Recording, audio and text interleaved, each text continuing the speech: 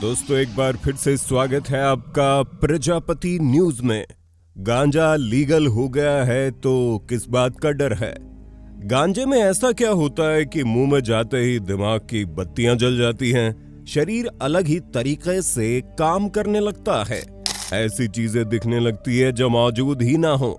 और आखिर क्यों शराब और सिगरेट से कम खतरनाक होने के बावजूद इसका सेवन करना गैर कानूनी है?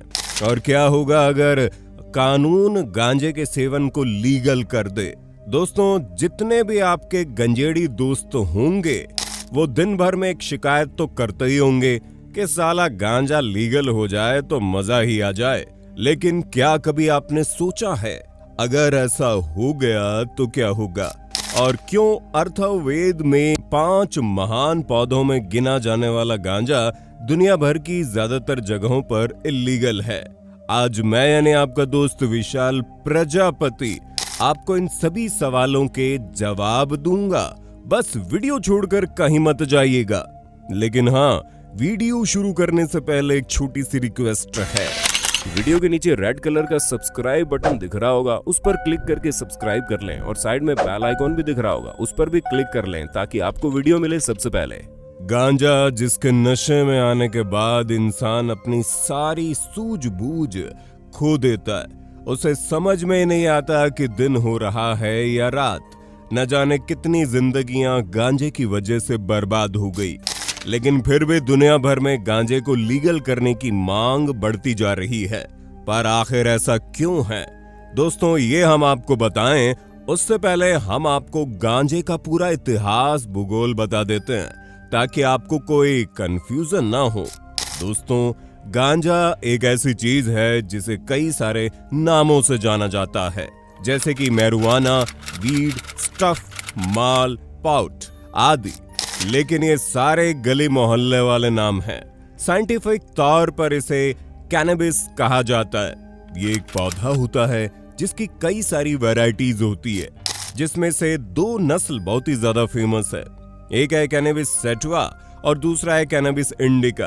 कैनबिस को हिंदी में भांग का पौधा कहता है, जिसमें 3 तरह के अलग अलग ड्रग तैयार होते हैं। पहला है गांजा, दूसरा है भांग और तीसरा है चरस। और गांजा कैनबिस के फूलों से बनकर तैयार होता है। आमतौर पर इन फूलों को सुखाकर इन्हें जलाया जाता है और फिर इसके धुएं को अंदर लिया जाता है। हालांकि इसे खाने और घोलकर पीने के तरीके भी हो सकते हैं। वहीं चरस कैनबिस के पौधे से निकले रेजिन यानी कि राल, जो पेड़ पौधों से निकलने वाला चिपचिपा पदार्थ होता है, उससे तैयार होती है। चरस को ही हशीश, हैश यह सब कहा जाता है। और भांग कैनबिस की पत्तियों और बीज को पीस कर तैयार की जाती है। फिर इसे सुविधा के मुताबिक लोग खाते हैं या पीते हैं।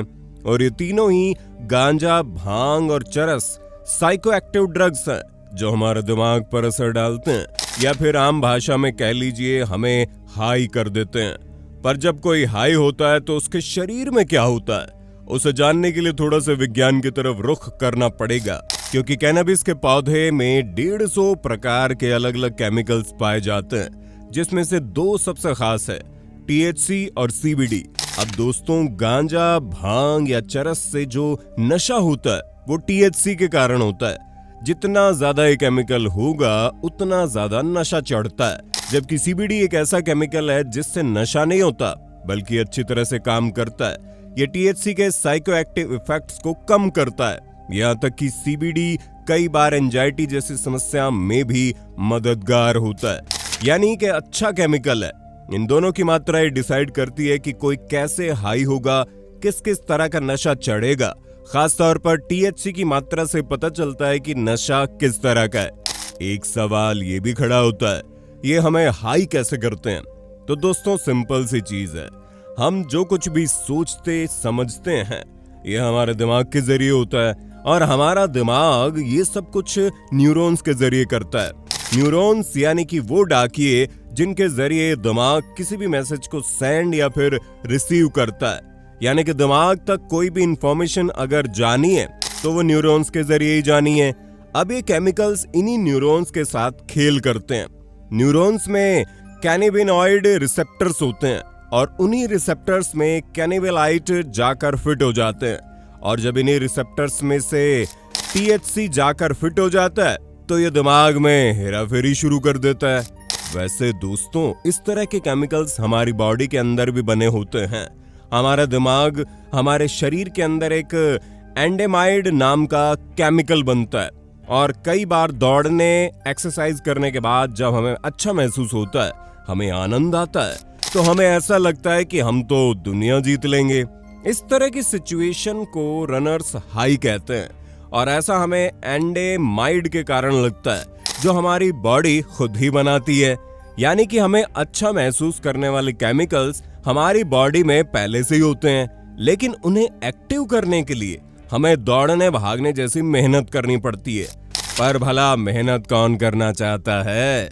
हर किसी को तो खुशी बिना मेहनत किए चाहिए होती है और इसी वजह से लोग गांजे जैसे नशीले पदार्थों का सेवन करते हैं। एक कमाल की बात बताएं, कैनबिस में मौजूद THC इस एंडेमाइड की नकल करता है।